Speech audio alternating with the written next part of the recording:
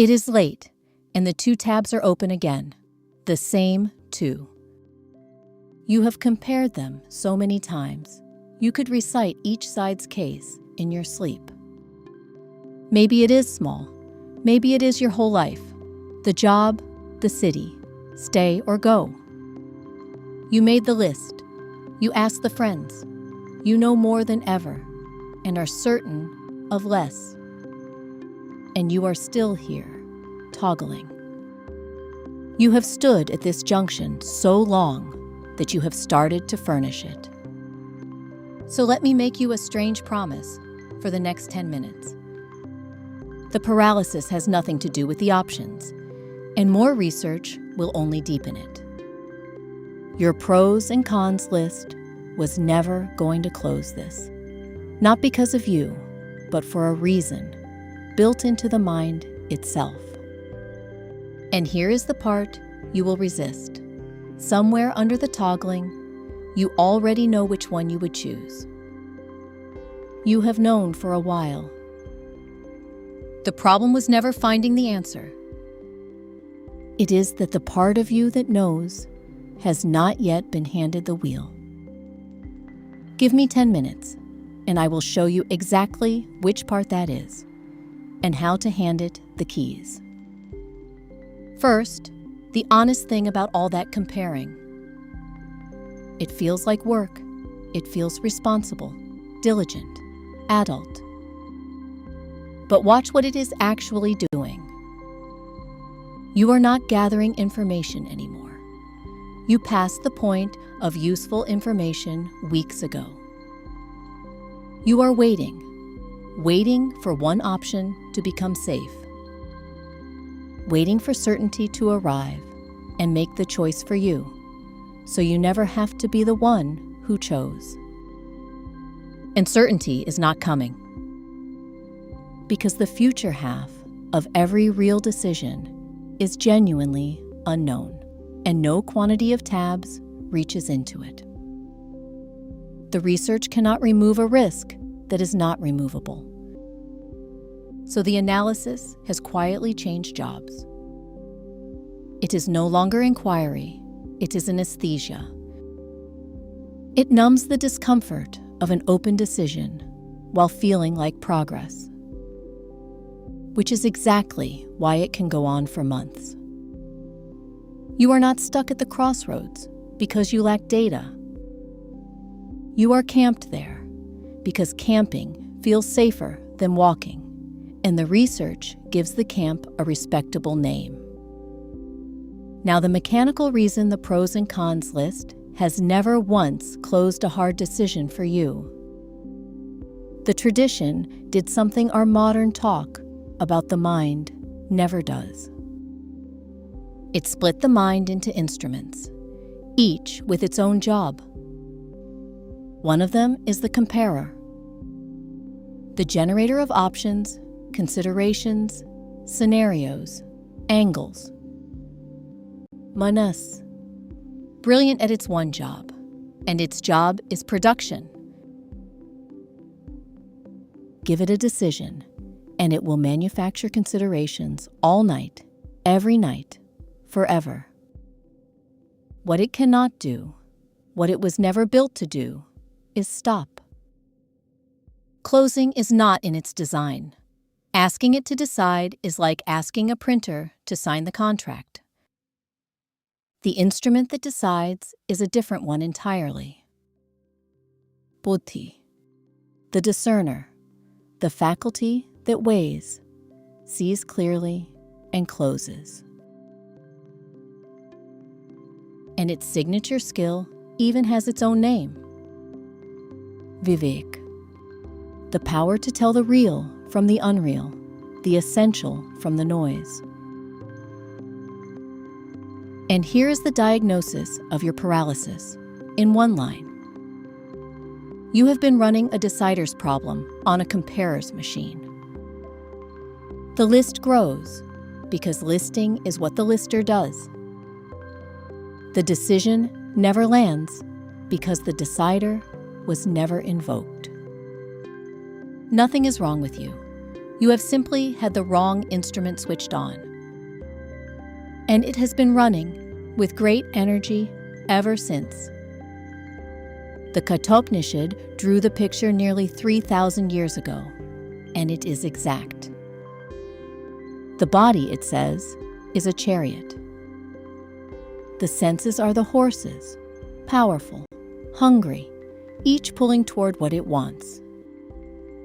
The comparer is the reins, the connecting lines through which the pulling runs. And the decider is the charioteer, the one whose hands hold the reins, who sees the road, and who chooses where the whole thing goes. Now picture the chariot with the horses harnessed, the reins strung, and no one in the driver's seat. That is not freedom, and it is not neutrality. It is a vehicle dragged wherever the strongest pull of the moment happens to take it. Or, when the pulls balance, a vehicle that stands shuddering at the junction, straining both ways, going nowhere. That shuddering standstill is the feeling you know at 1 a.m. with the tabs open. The horses are fine, the reins are fine, the seat is empty. And there is one more gift hidden in the word for the decider itself. Buddhi. It grows from an old root that means simply to wake. The same root that gives us the word Buddha, the awakened one. The tradition did not name the deciding faculty after calculating, or comparing, or knowing. It named it after waking up. Deciding, it is telling you, was never computation. It is the moment the driver opens his eyes and takes the reins that were lying there the whole time. Which brings us to the strange fact. Check it against your own history. The big decisions you finally made after weeks of agony. When you look back honestly, when did the knowing actually arrive? Almost always, early, quietly, long before the spreadsheet. The months of analysis were rarely a search for the answer. They were a search for permission, for a guarantee, for something else to take responsibility for an answer you already had. That is the real fear under the paralysis. Not choosing wrong, being the one who chose. Because if the research decides, or the friends decide, or circumstances decide, then whatever goes wrong afterwards was never quite your doing. The decider speaks once, early and softly. The comparer speaks constantly, loudly, and in lists. The whole practice is learning which voice was actually the driver's. 3 moves next time you are camped at the junction. First, sort the problem. Ask one question. Is this a data problem or a courage problem? A data problem has a specific missing fact you can name. What does the job actually pay? Is the flat actually available? Go and get that fact. That is real research, and the decider needs it. But if you cannot name a specific missing fact, if you are just circling the same considerations again, then the data phase ended some time ago. What is left is a courage problem, wearing research as a costume. Name it, and stop feeding the costume. Second, read yourself instead of the options. Flip a coin, not to obey it, but to read your own chest in the half second. The coin is in the air. You will notice yourself hoping, and the hope is the answer. Or ask, if no one could ever blame me for this, including me, what would I choose? Watch how fast the answer comes when responsibility is taken off the table. That speed is telling you the knowing was already there, finished, waiting behind the fear of owning it. Third, set a decision date, and then walk wholeheartedly. Give the genuine research whatever days it truly needs. Put the date in the calendar. And when it arrives, decide with whatever you have, because you will never have more of what actually matters. Then commit to the walking, not just the choosing. Here is the truth about crossroads that the camped mind cannot see. You cannot read a road from the junction. 3 steps down a road teach you more than 3 months staring at it. Almost every path is made right, less by the choosing and more by how it is walked.